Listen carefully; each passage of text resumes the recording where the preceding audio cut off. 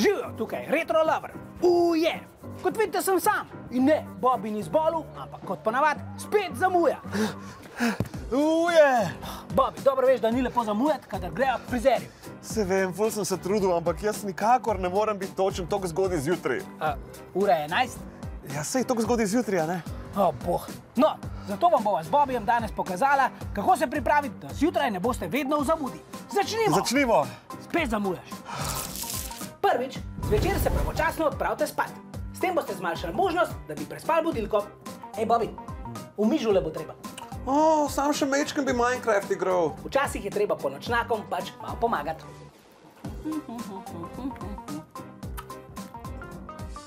Ej, net ne dela.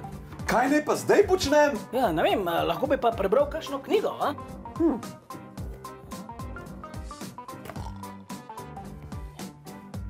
Drugič, več opravilnost. Če že imaš dve roki, jo tudi uporabljaj in pripravi več stvari hkrati.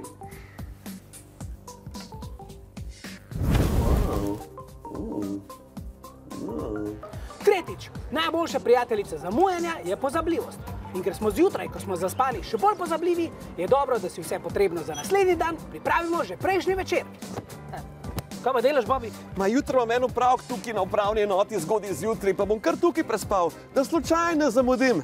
Ni treba iti v take ekstreme. Čeprav je res, da je Bobby enkrat zamudil cel dan. Kako ne jaz vem, da 29. februar ni vsako leto? Ja. Aha, 120 centimetrov. Mislim, da bom za to razdaljo potreboval 2 koraka. Aha. Si boš dal najprej kavo ali ščetko? Ščetko valjda. Nočem, da ima zobna pasta okus po kavi.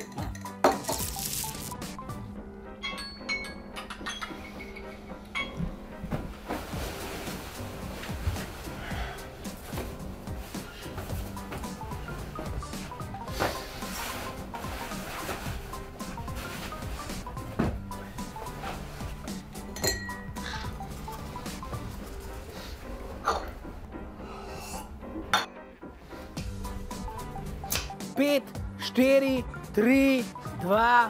Evo, točen sem. Wow, vratal ti je. Seveda.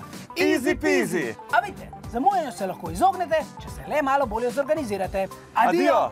Deva. Bobby, v to smer. A, se res.